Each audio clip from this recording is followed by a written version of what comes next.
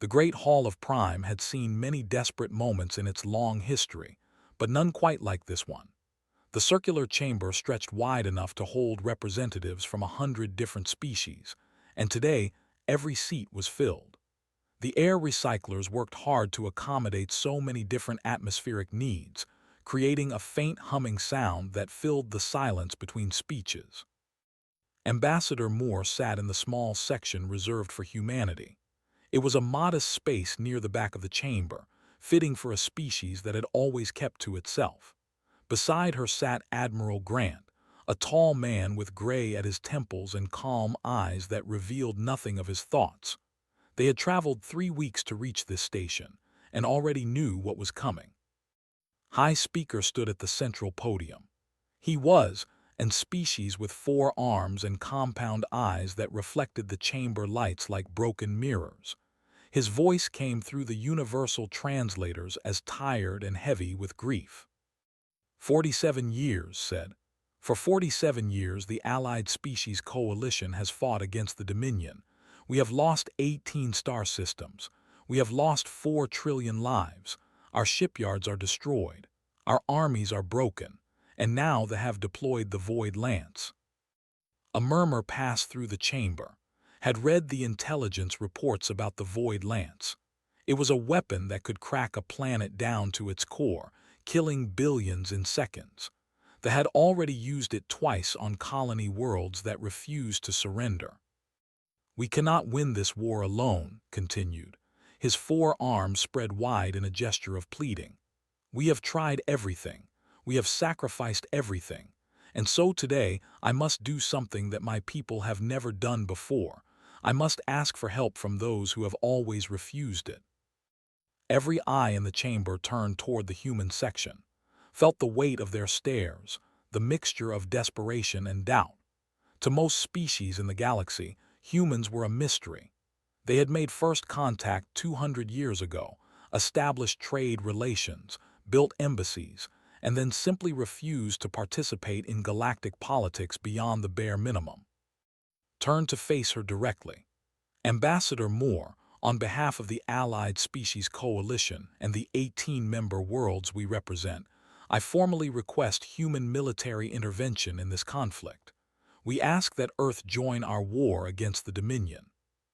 The chamber fell completely silent, rose from her seat slowly, feeling the attention of 100 species pressing down on her. She had prepared for this moment for years, but that did not make it easier. High Speaker, she said, her voice steady through the translators. I hear your request, and I understand the desperation that drives it. The suffering of your people and your allies has not gone unnoticed by Earth. We have watched this war with great sorrow. Then help us, said a voice from across the chamber. It was rough and filled with contempt. Warlord stepped forward from the delegation box. He was massive, nearly 3 meters tall, with scales the color of dried blood and eyes like yellow flames. They were reptilian, cold-blooded in body and spirit, and was the most brutal of them all. Let the soft little mammals come, said, his translator rendering his words in a mocking tone. Let them bring their tiny fleet and their primitive weapons. The Dominion will crush them in a single afternoon, and then we will finally have an excuse to visit their precious Earth. Did not react to the threat. She had dealt with diplomats before, if they could be called diplomats at all. Their entire culture was built on dominance and conquest. They saw kindness as weakness and mercy as foolishness. The human government must consult with Earth Command before any decision can be made, said, addressing rather than. This is not a matter I can decide alone. I will need to contact my superiors and present your request formally. His compound eyes dimmed slightly, an expression of disappointment. How long will this consultation take? I will have an answer within 72 hours. 72 hours, laughed. The sound was like gravel scraping against metal. In 72 hours I could burn 3 more of your world's High Speaker. Perhaps I will, just to give the humans something to think about. Admiral Grant spoke for the first time. His voice was quiet but carried clearly through the chamber. Threatening worlds while standing in a neutral council chamber is a violation of the Accords, Warlord. I would be careful about making such statements in front of witnesses. Turned his yellow eyes toward the Admiral. And what will you do about it, human? Write a strongly worded letter. Your species has hidden on your single little world for 2 centuries. You do not fight. You do not conquer. You do not matter. Grant simply looked at him. There was no anger in his expression, no fear, nothing at all that could read. After a long moment, the Admiral turned back to face the High Speaker as if the Warlord had not spoken. 72 hours, Grant said. You will have our answer. The council session ended shortly after, and Grant walked together through the curved corridors of Prime, passing delegates from dozens of species. Many of them looked at the humans with expressions ranging from hope to pity. They think we will refuse, said quietly. They have good reason to think that, Grant replied. We have refused every request for military aid for 200 years. And will we refuse this one? Grant stopped walking. They stood before a wide viewport that looked out into space. Stars filled the darkness, and somewhere out there, the war machine was grinding toward another inhabited world. The Prometheus Protocol has been ready for a very long time, Grant said. Every simulation, every training exercise, every weapon system, all of it built for a moment exactly like this one. Turn to look at him. You think Command will authorize it. I think they have been waiting for someone to finally ask. He paused, still staring at the stars. The galaxy believes we are weak because we do not fight. They do not understand that we choose not to fight. There is a very important difference. And if we do fight? Admiral Grant finally turned to meet her eyes. In that moment, saw something in his expression that she had never seen before. It was not excitement or bloodlust. It was something closer to sadness. If we fight, he said slowly, then this war ends, quickly, and the galaxy will finally understand why humanity has been so very careful about staying out of other people's conflicts. He began walking again and followed. Behind them, through the viewport, a battlecruiser drifted past the station, its weapons dark but ready. Somewhere on that ship, Warlord was probably laughing at the soft little humans who thought they could make a difference. He would not be laughing for much longer. The bunker beneath Geneva had been built to survive anything. Nuclear strikes, asteroid impacts, even the complete collapse of civilization above. It sat 2 kilometers below the surface, carved into solid granite, and most people on Earth did not even know it existed. This was where the real decisions were made. Secretary General sat at the head of a long table made of polished steel. She was 63 years old, with silver hair pulled back tightly and eyes that had seen too many crisis meetings in too many bunkers. Around her sat the 12 members of the Strategic Defense Council, the leaders of every military branch and intelligence service that Earth maintained. General Cole stood at the far end of the table, a holographic display floating in the air beside him. He was a broad-shouldered man with dark skin and a voice that carried the weight of command.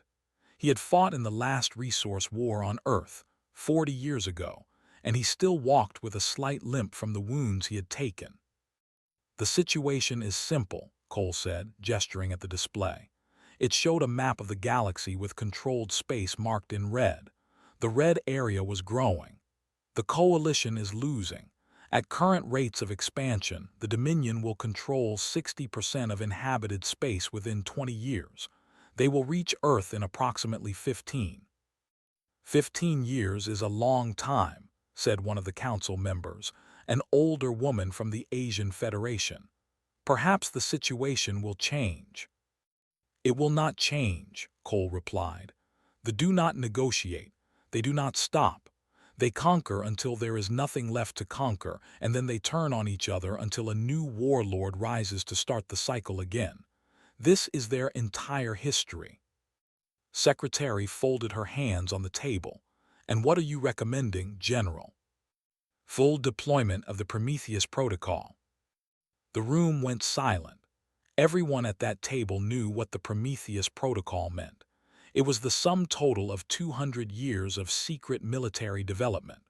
While the rest of the galaxy thought humans were primitive and peaceful, Earth had been preparing for exactly this kind of moment.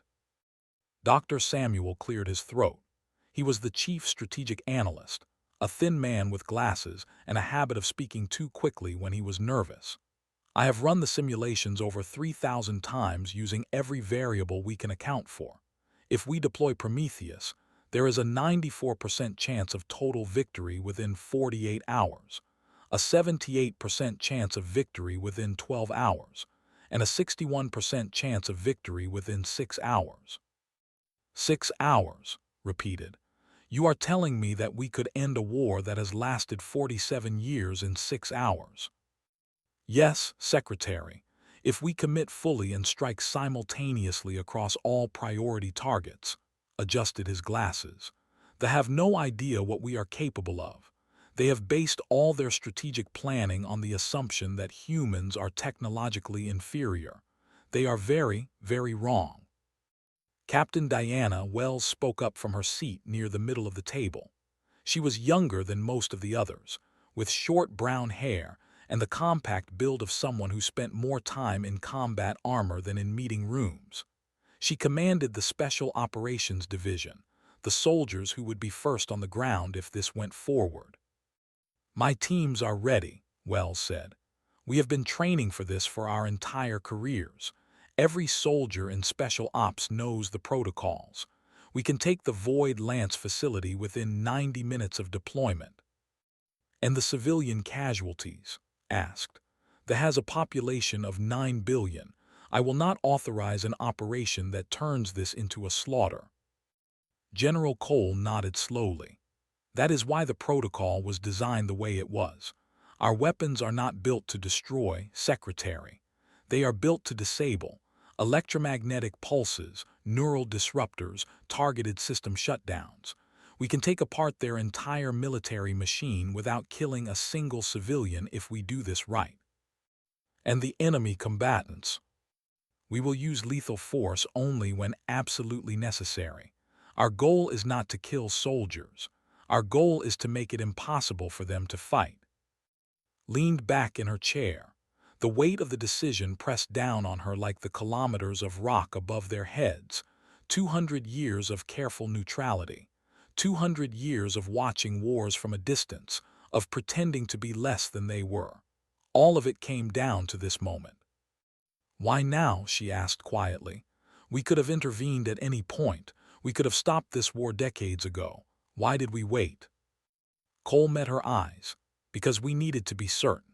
Certain that the coalition was truly the victim. Certain that they were truly the aggressors. Certain that there was no diplomatic solution, no middle ground, no other way. He paused. And because we needed them to ask. We do not impose our will on others, Secretary. That is not who we are. But now they have asked. Yes, and now we must decide if we are willing to answer. Looked around the table. Every face showed the same understanding, the same readiness. These people had spent their entire lives preparing for a war they hoped would never come. Now it was here. There is one more thing, said. If we do this, if we show the galaxy what we can really do, everything changes. They will fear us. They will wonder why we hid our strength for so long. They will ask themselves what else we might be hiding. Yes, Cole agreed. That is the cost, but the alternative is watching 4 trillion more people die over the next 2 decades, watching species go extinct, watching them build more void lances and crack more worlds. He shook his head. I would rather be feared than let that happen. The room fell silent again. Secretary closed her eyes for a long moment, thinking of all the lives that hung in the balance, all the worlds that would burn if she said no, all the uncertainty that would follow if she said yes. She opened her eyes. Captain Wells, begin mobilization of all special operations teams. General Cole, activate the Prometheus protocol. Full deployment. She took a deep breath. Doctor, prepare a transmission to the Galactic Council. Tell them humanity accepts their request for aid, and tell them to send us every piece of intelligence they have on military positions." Cole saluted crisply. "It will be done, Secretary." "One more thing," added as everyone began to rise from their seats. "I want it made clear to every soldier, every pilot, every commander in this operation. Our goal is to end this war, not to prove how powerful we are. Minimum casualties on all sides, even the enemy, especially the enemy. We do not slaughter those who cannot fight back." "Understood," Cole said. Wells nodded. "My soldiers know the rules of engagement, Secretary. We will bring them home alive if we can, all of them." Within the hour, the message was sent. A single transmission, traveling faster than light across the vast distances of space, reaching Prime in moments. Ambassador Moore received it on her personal communicator and read it 3 times before she believed it. She walked to the council chamber and requested an emergency session. When the delegates had gathered, when the High Speaker stood at his podium and Warlord lounged in his seat with a mocking smile, spoke the words that would change everything. "Humanity accepts. Transmit all military positions immediately. The war ends now." Laughed, but somewhere deep in his cold reptilian brain, something stirred. Something that might have been the first faint whisper of doubt. He should have listened to it. The Horizon was not the largest ship in the human fleet, but it was the... Admiral Grant stood on its bridge, surrounded by holographic displays that showed the positions of every vessel under his command. 200 warships, spread across 47 different locations, all waiting for a single word. The bridge crew worked in focused silence. They had trained for this moment in countless simulations, but simulations were not the same as reality. Reality meant that if something went wrong, people would die. Grant had made sure every person on every ship understood that weight before they left Earth. "All ships report ready, Admiral," said Commander Lisa Park, his second in command. She was young for her rank, barely 40, but she had earned her position through skill and dedication. "Prometheus Protocol is loaded into all tactical systems, awaiting your order." Grant checked the chronometer. In 3 minutes, every human warship would drop out of faster-than-light travel simultaneously. They had no idea they were coming. Their sensors could not detect human ships at FTL speeds because human engineers had spent 2 centuries making sure of that. "Open a channel to all vessels," Grant said. "Channel open, Admiral."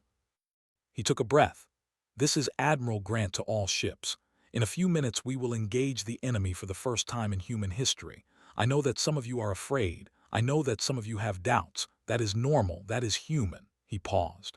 "But I want you to remember something. We are not here to destroy. We are not here for revenge or glory. We are here to end a war that has killed trillions.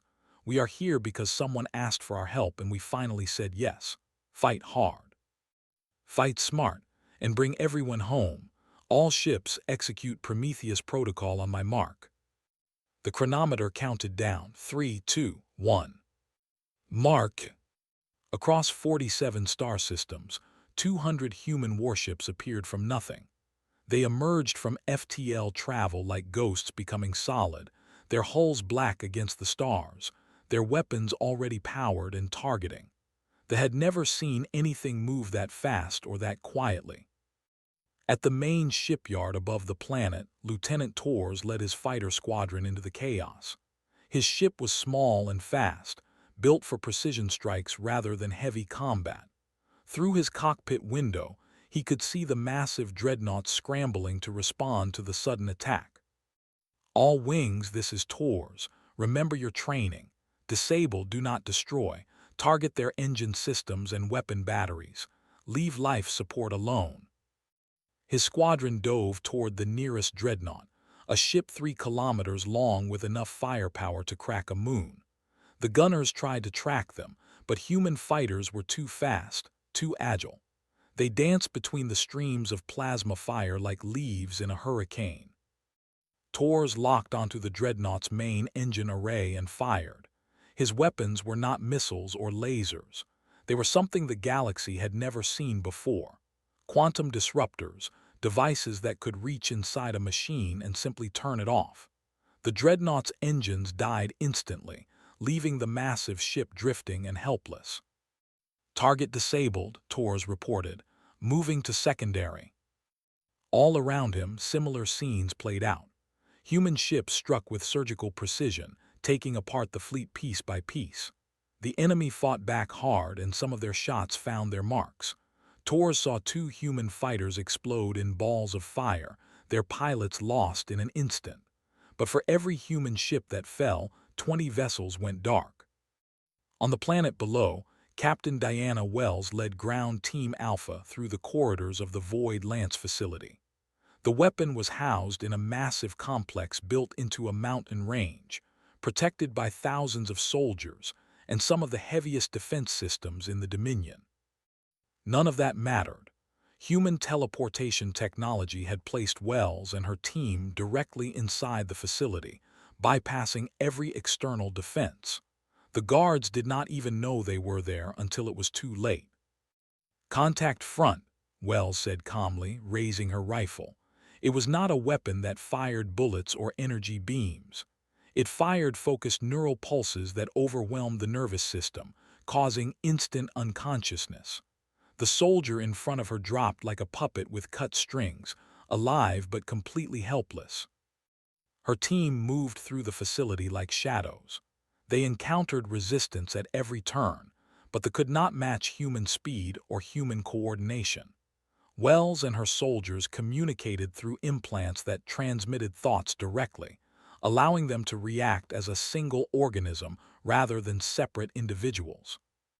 Commander received the alert in his command center deep within the facility. He was old his scales faded to a dull gray, but his mind was still sharp. He had commanded this base for 20 years, and he had never seen an attack like this. "What do you mean they are inside?" he demanded, staring at the tactical display. Red dots were appearing throughout the facility, marking enemy contacts, but there had been no breach of the outer defenses. No ships in orbit, no landing craft. The humans had simply appeared from nowhere. "Unknown method of insertion, Commander," his subordinate reported. "They are using weapons we cannot identify. Our soldiers are falling, but their life signs remain stable." Watched as the red dots moved closer to the Void Lance control room. These humans fought like nothing he had ever seen. They did not charge blindly like warriors seeking glory. They did not retreat when wounded. They advanced with terrible patience, taking down every defender in their path without killing a single one. "All units fall back to the control room," ordered. "Prepare for last stand defense." "Commander, should we activate the self-destruct?" Considered it. The Void Lance was too important to let fall into enemy hands, but something stopped him. He wanted to understand these humans. He wanted to know why they fought the way they did. "Not yet, let them come." Wells and her team reached the control room 11 minutes ahead of schedule. They breached the doors with shaped charges and poured through the opening, their neural rifles firing in precise bursts. Soldiers fell by the dozen, collapsing into unconscious heaps. Stood alone at the center of the room, surrounded by the bodies of his defenders. He held a ceremonial blade in his hand, the traditional weapon of a commander. He knew he could not win, but a warrior did not surrender. "You fight well, human," he said as Wells approached, "but you will not take me alive." Wells stopped a few meters away. "I do not want to kill you, Commander. Put down the blade. This does not have to end with your death. Death is the only honorable end for a warrior." "Then your concept of honor is wrong." Wells lowered her rifle slowly. "Honor is not dying for nothing. Honor is living to see what comes next. Your people are not evil, Commander. Your leaders have led you down a dark path, but that path can change." Stared at her. In all his years of war, no enemy had ever spoken to him like this. They had cursed him, threatened him, begged for mercy. But this human woman spoke to him as if she actually believed what she was saying. "Why do you not kill us?" he asked. "You have the power. You could slaughter every in this facility and no one could stop you." "Because that is not why we came," Wells said. "We came to end a war, not to start a genocide. Now put down the blade, Commander, please." The blade clattered to the floor, sank to his knees, not in defeat, but in something closer to confusion. He had fought his entire life, killed more enemies than he could count, and yet here was an enemy who refused to kill him even when he asked for it. He did not understand, but for the first time in his long life he wanted to. Above the planet, Admiral Grant received the report. Void Lance facility secured. 0 enemy fatalities. Proceeding to secondary objectives. Grant allowed himself a small smile. They were ahead of schedule. The clock showed 2 hours since the operation began. The war that had lasted 47 years was already half over. Warlord sat in his command bunker beneath the capital city of the and watched his empire fall apart. The holographic displays around him showed nothing but disaster. Shipyards destroyed, fleets disabled, military bases captured, and everywhere the same reports. Human forces moving with impossible speed and precision, taking down everything in their path. The worst part was the casualty reports, or rather the lack of them. His soldiers were not dying. They were being captured, stunned, neutralized by weapons that left them alive but helpless. It was humiliating. A warrior was supposed to die in battle, not wake up in a holding cell with a headache. "How is this possible?" demanded. His claws dug into the armrests of his command chair, leaving deep gouges in the metal. "They are humans. Soft, weak, primitive humans. They should not be able to do this." His advisors had no answers. They stood in terrified silence, waiting for the warlord's rage to find a target. In society, failure was often punished with death. But there was so much failure happening right now that would have to execute everyone in the room, and then there would be no one left to give him bad news. "Contact from the human fleet, Warlord," one of the communications officers reported. His voice trembled slightly. "They are broadcasting on all frequencies." "Put it through." The main display flickered, and Admiral Grant's face appeared. He looked calm, almost peaceful, like a man who had already won, and was simply waiting for his opponent to realize it.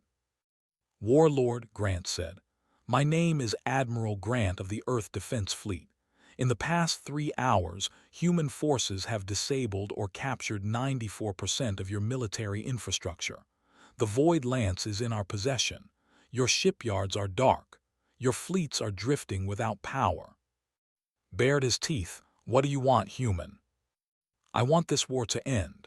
Not just this battle, but the entire war. 47 years of killing, and for what?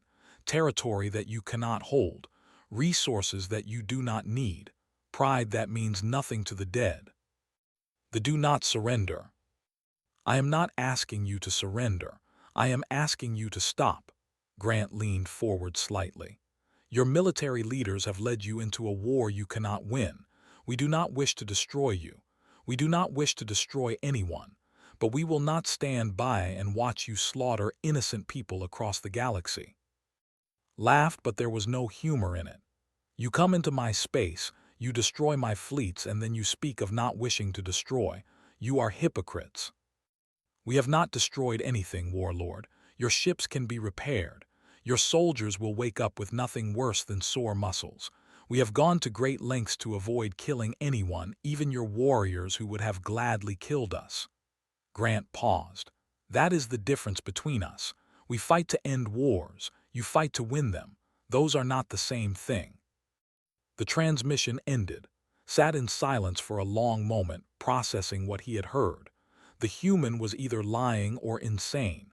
No species fought like that. No species had the power to crush an enemy and then simply chose not to use it. "Order all planetary defense systems to fire on any human vessel that approaches," commanded. "If they want this world, they will have to burn it." On the surface of a colony world that had been liberated just an hour earlier, Private First Class walked through the ruins of what had once been a market district. The fighting was over, but the damage remained. Buildings had collapsed. Fires still burned in some places. And somewhere in the rubble, she could hear crying. She followed the sound to a basement shelter, half buried under fallen concrete. Inside, she found a family, a male, a female, and 3 small children. They huddled together in the darkness, their yellow eyes wide with terror. The male raised his arms as if to protect the others, but he had no weapons. He was not a soldier. He was just a father trying to keep his family alive. Lowered her rifle. "It is okay," she said, knowing they probably could not understand her. The translator in her helmet struggled with civilian dialect. "I am not going to hurt you." The male hissed something. The translator caught fragments. "Monster, destroyer, death." "No," said. She reached into her pack and pulled out a ration kit and a medical supplies container. She set them on the ground and stepped back. "Food, medicine, for your children." The family stared at the supplies like they were looking at a trap, understood their fear.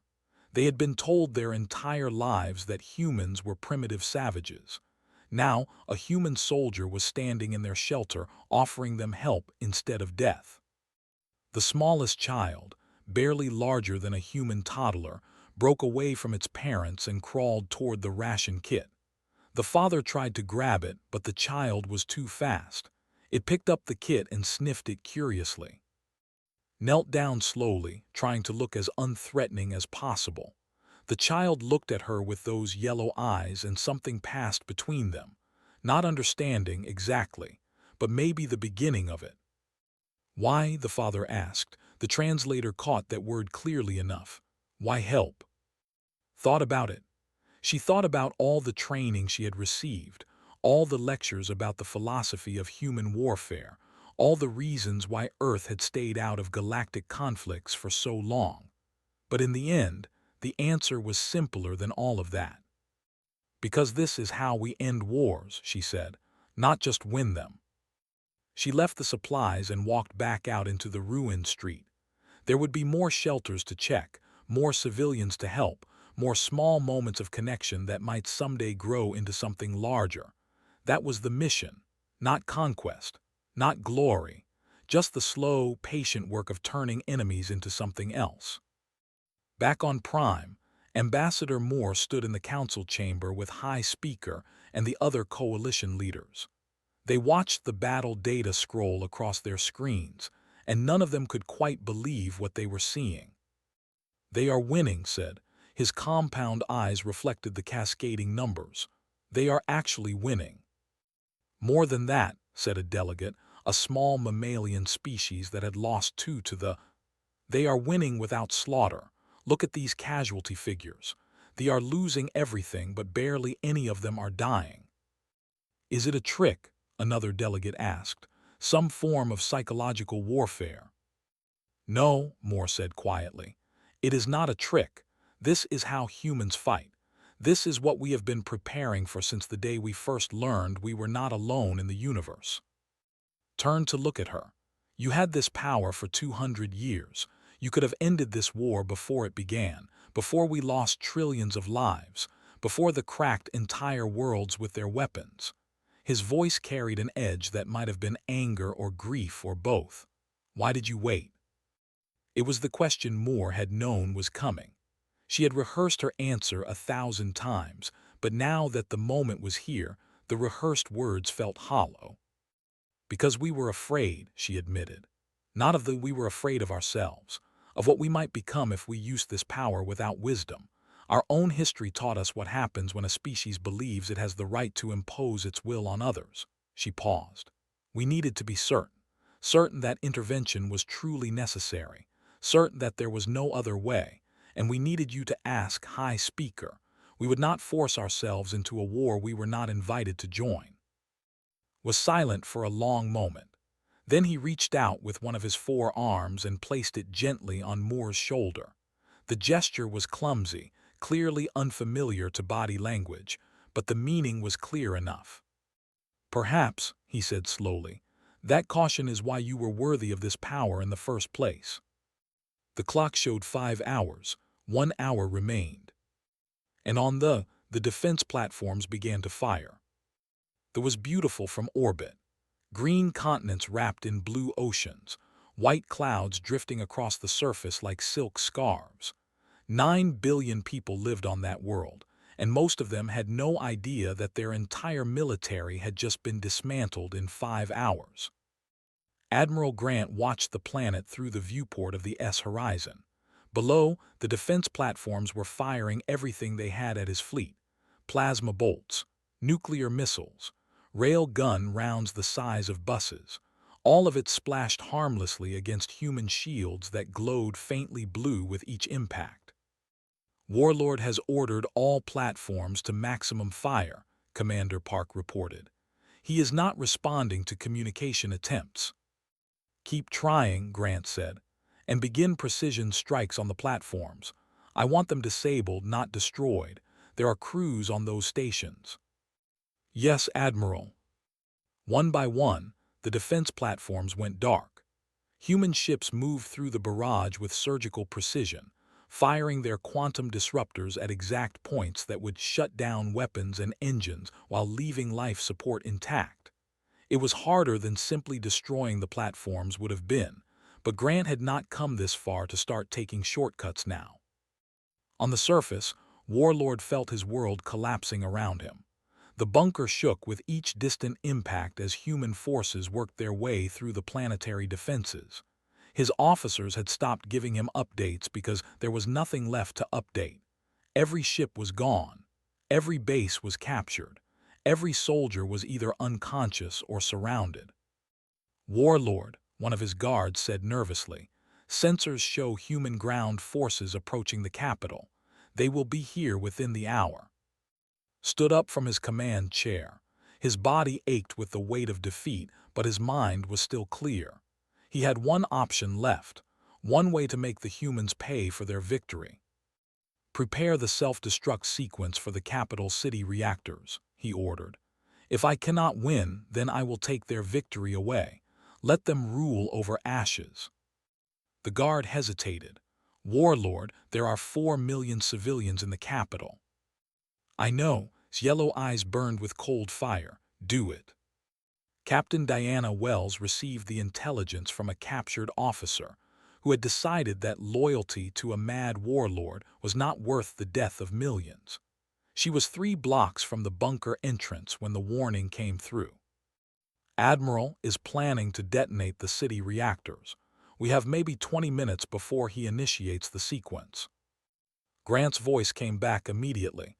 "Can you reach him in time?" "It will be close." "Then move."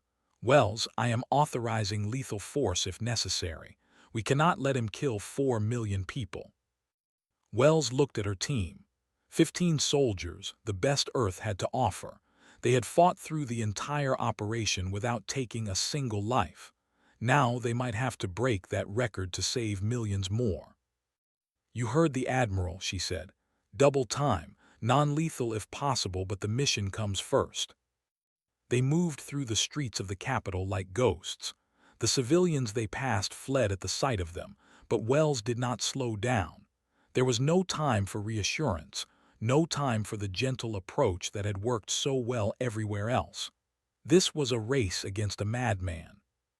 The bunker entrance was guarded by his personal guard, the most fanatical warriors in the Dominion.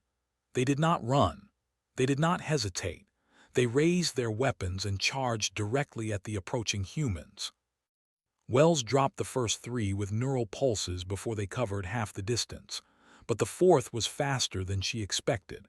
He got close enough to swing a massive blade at her head. She ducked, felt the wind of the strike pass over her, and put 2 rounds into his chest. Non-lethal rounds. He collapsed beside her, twitching but alive. "Go," she shouted to her team. "I am right behind you." They breached the bunker doors and descended into the darkness below. The corridors twisted and turned, filled with more guards who fought with the desperation of the doomed. Wells and her team took them down one by one, moving deeper and deeper into the earth. Finally, they reached the command center. The doors were sealed with a heavy blast lock that would take minutes to cut through, minutes they did not have. "Explosive breach," Wells ordered. "Now." The charges blew the doors inward. Wells was through the opening before the smoke cleared, her rifle up and scanning. She found standing at a console, his clawed hand hovering over a large red switch. The self-destruct trigger. "Stop," she said. Turned to face her. He looked old, she realized. Old and tired and broken. "You are too late, human. One press of this switch and your victory means nothing. 4 million people, civilians, children, your own people." "My people," he laughed bitterly. "My people have already lost everything, their pride, their honor, their empire. What is one city compared to that?" "Everything," Wells said. She lowered her rifle slowly. "Everything is that city. Those 4 million lives are not abstractions, they are real. They are worth saving, even from you. You cannot understand. You are human. Your species has never known true defeat." "We have known nothing but defeat," Wells replied. "Our entire history is one long story of war and failure and death. We nearly destroyed ourselves a dozen times before we ever left our planet. And that is why we fight the way we do now. Because we learned that victory means nothing if you have to become a monster to achieve it." Stared at her. His hand trembled over the switch. "If I do not press this, they will come for me. Your people, my people, everyone will want my blood. Maybe, or maybe you can be something other than a warlord. Maybe your people can be something other than conquerors." Wells took a careful step forward. "The war is over.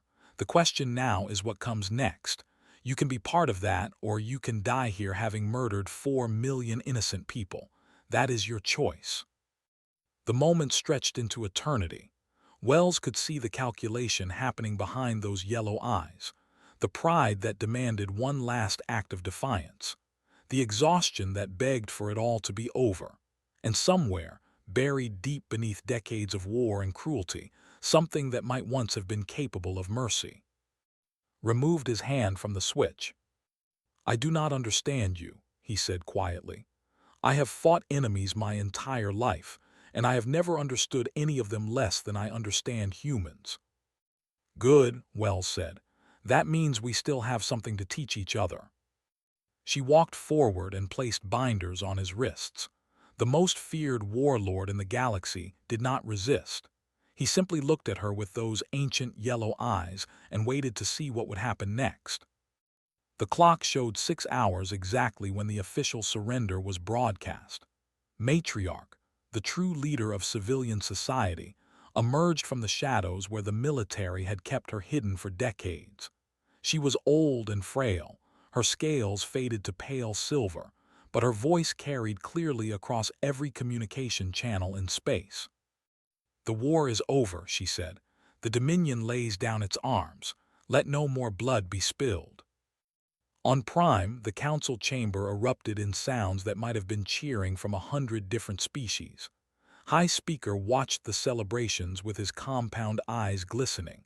47 years, trillions of lives, and it was finally, impossibly over. Ambassador Moore stood quietly at the edge of the celebration. Admiral Grant had transmitted a personal message to her just moments ago. 3 words: "Mission accomplished. Coming home." She thought about what came next, the reconstruction, the trials, the long, slow process of turning former enemies into partners. It would take years, decades maybe, but it was possible now in a way it had not been possible before. 6 months later, Admiral Grant stood on the city around him was rebuilding, cranes and construction machines filling the skyline. The memorial he had come to visit was small and simple, just a wall of names carved in black stone. The names of everyone who had died in the 47-year war, human and alien alike. He placed his hand on the cold stone and felt the weight of all those lives pressing against his palm. They were gone. Nothing could bring them back, but maybe their deaths could mean something if the living were wise enough to learn from them. "Never again," he whispered. Behind him, a child stopped to watch the strange human standing at the memorial. The child did not run, did not hide, just watched with curious yellow eyes, wondering what the alien was doing. Grant turned and saw the child. He smiled just a small smile and nodded in greeting. The child nodded back. And somewhere in that simple gesture, the future began.